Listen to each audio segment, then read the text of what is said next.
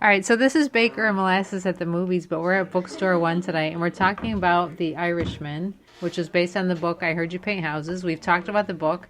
Now we're going to sort of channel into the movie, whether you liked it, didn't like it, what you thought was great, not great. So I'll just let anyone who wants to speak, and say your name first, the first time you talk, just so, you know, for preservation. When this gets into Smithsonian later in life, you can have some credit. Intellectual property. And the mics are good. They'll pick up your voices. So just talk clearly and loudly, and you're all set. I'll start, actually, if you don't mind. Yeah, no, My name's please. Roxanne, as you know. It's your podcast. People know me. Okay, so I was really excited about the movie. I've loved the Godfather movies. I've loved Scorsese movies. And so I was super pumped. I didn't watch it twice. I only watched it once. But I was not as happy as I thought I would be. I thought I would go out exhilarated, like this is the best ever. And I just thought Robert De Niro and the whole de-aging thing threw me for a loop. It took me out of the movie, which Cataract. you just lose that magic for me. That was part of the problem. So I thought of another person that I would have cast, and while I've got the mic, I might as well say, I would have put Gabriel Byrne as the Irishman. I mean, he's got character. He's Irish. Yeah. I could buy into this. Would you? I don't think he has the shoulders. Yeah. No, I'm serious. The French hand. Like, Would you be okay with the de-aging of him, though? Did you have a problem No, with I think de-aging anyone is wrong. I just get another actor. The new software now. Did you see I like can somebody on handle it. YouTube?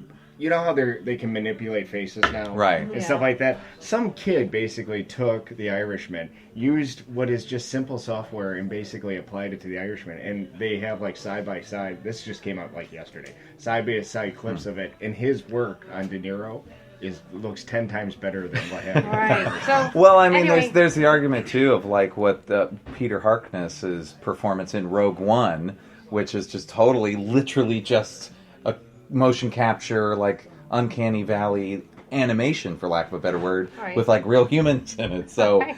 it raises certain ethical questions, Yeah. but But I at least it was actually Robert De Niro and these guys okaying themselves to be. Okay, and that's Zach Johnson. He's that's helping me. me do my Yeah. spin-off.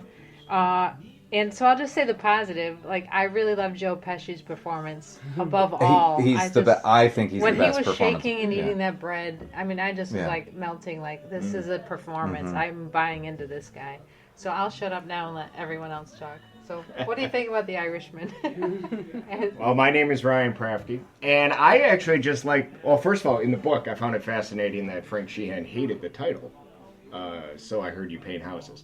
But I find it amazing, and because, Charles Brandt is just like, well, that's the first thing Hoffa says to you. And I find it extremely ironic that he says it to the guy who's going to paint a house with his own skull. Oh, yeah. And he says it, he is saying it to the guy who's going to kill him later. I know, that And is wild. I find that whole bookend right there. Wow. I mean, to be talking to the future person that's going to be taking your life right. with a sentence that Wow, deep. I never thought of that. Well, and the way they kind of do that in the movie too, you get the one. Well, he does it right in the beginning. Right, You the see quick actually flash shot. at the beginning, yeah. But then when it actually happens, it's obscured. It's I mean, He didn't suffer. yeah, exactly, yeah. 2 times back the head, he didn't suffer. Like, there's something about that though. Like, I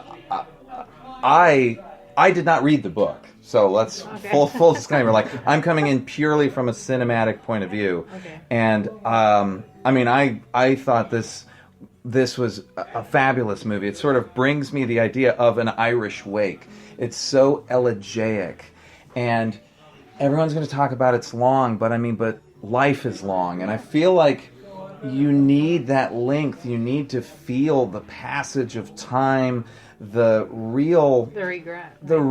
Yeah, so that you know, silence. Yeah, There's a lot of silence. There's not a lot of Rolling Stone type of soundtrack that Scorsese uses. Right? Yeah, There's a lot of quietness. The plane going up, the plane going down. Yeah, I mean, quiet, it's a much stiller Yeah. movie than I feel like he's done in the past. Peggy.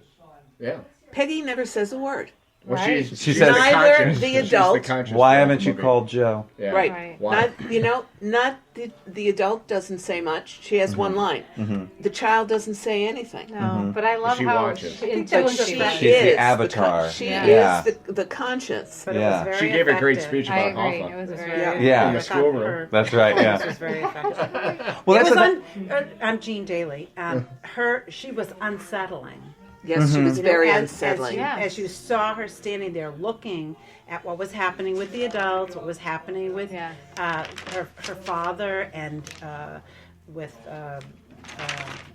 Joe Pesci, and it was just Russell. Yeah. And they it was almost like she couldn't deal with Russell. Yeah. She could see through. Yeah. Well, She represented the children of people like him. Some of them become She was the old soul. conscripts. She Some of knew. them don't. When Some it's of- just you no know. matter how all of the mob buddies were to her, Right. she never connected to them, but there was something about the way she connected with Jimmy. And one of the big things where it's like that, if you remember, there's a line about how Jimmy was the only one who didn't have a nickname. Yeah. He wasn't Sal the this or, Yeah, Russell right, the blah. right. He was just Jimmy. But he was Irish too. You know, and it's funny. I never And actually half Dutch. Yeah, and I never actually thought of. And I do think it's funny how Scorsese uses De Niro in non-Italian roles, whether it's from Right. Conway and Goodfellas or Rothschild. Well, To be he's fair, Irish, you know. Is he? he's Yeah. actually is he? almost like 3/4. Yeah. all right. Yeah, but that one scene where she's dancing at the Frank Sheehan honorary night and looking over Hoffa's shoulder, and you see Tommy Pro, and you see Russell, and you see Tony, I think his name is, and you just see them all, and it is kind of a Goodfellas scene where they have the red lamps and stuff like that, and they're just staring at him, and she can see the threatening Yeah. you know, and I think she was used very beautifully. I think Prescient. when the morning where he's eating cornflakes after the Joey Gallo night, and she's in the kitchen and she's just watching, and he's just slurping up cereal while watching the newsreel. Right, yeah. And Right. she's looking, and she's just making the connection, and you just see it. That's all you need to do. Was that Anna Paquin? Anna Paquin. Paquin, yeah. Like Anna Well, that's Paquin, the argument. yeah. Like everyone, when there's like, oh, she only has one line. Why would you blah blah blah? But You build it. there's so much acting in And her. facial expression. I mean, that's the thing. Right. A lesser actress probably would have been cheaper, but I feel like then the impact of that silent Right. judgment, the way she, like, at the teller, just Yeah. puts up the sign and walks Walks away. Like, That's there's De Niro's best acting, I think, when he says Peggy. Peggy. And he kind of leans forward on his crutches. Yeah, oh, and he God. does that. Yeah.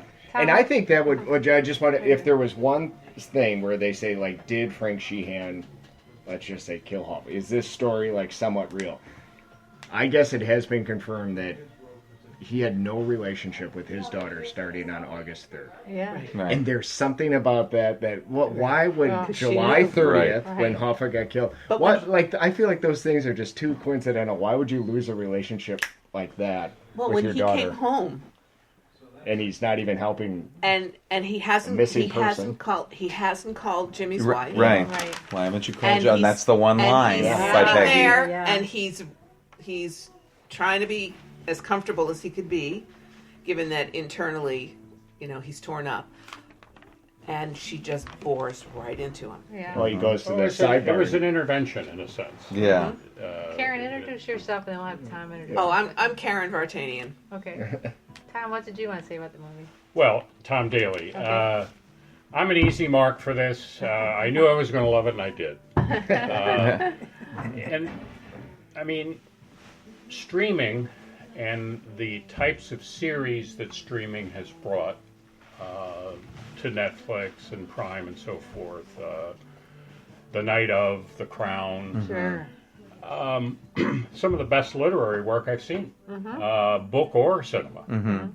So this opportunity for Scorsese to tell a story, I didn't look at it as being too long because I watched a lot of series and I needed a bio break, so I shut it off and came back and started it up again. So it would have been a good series to see it, Right. to see it that way. But as a work, I think it's wonderful. And you can be critical of it if you're used to 90 to 2-hour movies that have a commercial hook and so forth and so on. But I didn't see it that way. I saw it as a story that needed to be told. And if you thought it was too long, well, read the book. Right. It's a long story. Yeah. And I think it's worthy of telling. Yeah. Absolutely worthy of telling. Yeah, I didn't think it was too long. I just wish they had humanized him more. In the book, I felt he was human. He did the dance. He, you know what I mean? He had these qualities that weren't typical of a mobster, you know? And I also wish they had got more to his backstory of his growing up, where he was sort of trained as a mean fighter before he even went into war. So I just wish they had. I think he had to make choices. And I think, but I think that sort of speaks. There's sort of this idea of the balance of, I've written down in my notes, the balance of guilt and glory. So like, what I loved about this, and like, especially that last 30 minutes of this movie are like magic. That makes the movie for me, and that's where a lot of people said they should have left that off.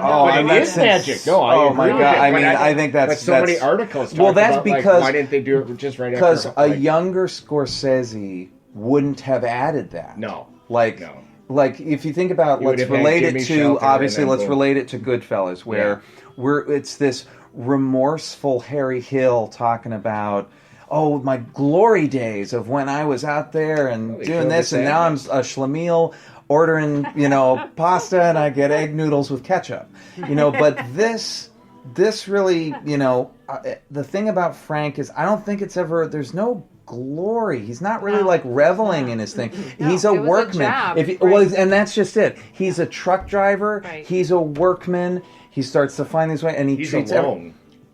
He's alone. He's a soldier. And relating that to the soldier, and you can almost make broaden it out to, is this sort of like sort of paying off, like, is this the payment for the sins of like World War II and how we dealt with the PTSD after that? And it is.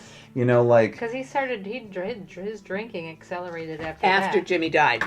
Right. Well, but even before, he says he was drinking enough red wine. He said he drank 8 days a week. Actually, jail saved him. That's what that 18 years he did in northern Minnesota. He did. He said jail saved him because he was drinking so much, and it was PTSD, but self-medicated, obviously. Right. Yeah, and I mean, but I think that's. But I think you're right. It's the greatest generation. The suffering of those people who just. You were told you're doing this job, and that's what you did. Well, and then he even talks about like the level of respect he would have, like when you tell the Germans to dig a grave, and this thing of like, well, if I do the work, they never stop. They're almost like, well, if says something like, you almost thought like they were thinking, if we did it good enough, then maybe then we'll be like, no, and it just because you would leave a good grave just. Right, not a shallow grave. It is convenient. It is convenient, but counterexamples. My family, my father, my uncle, both my uncles, my father's brother and my mother's brother were all over there. My uncle got the Silver Star. I heard a lot of war stories.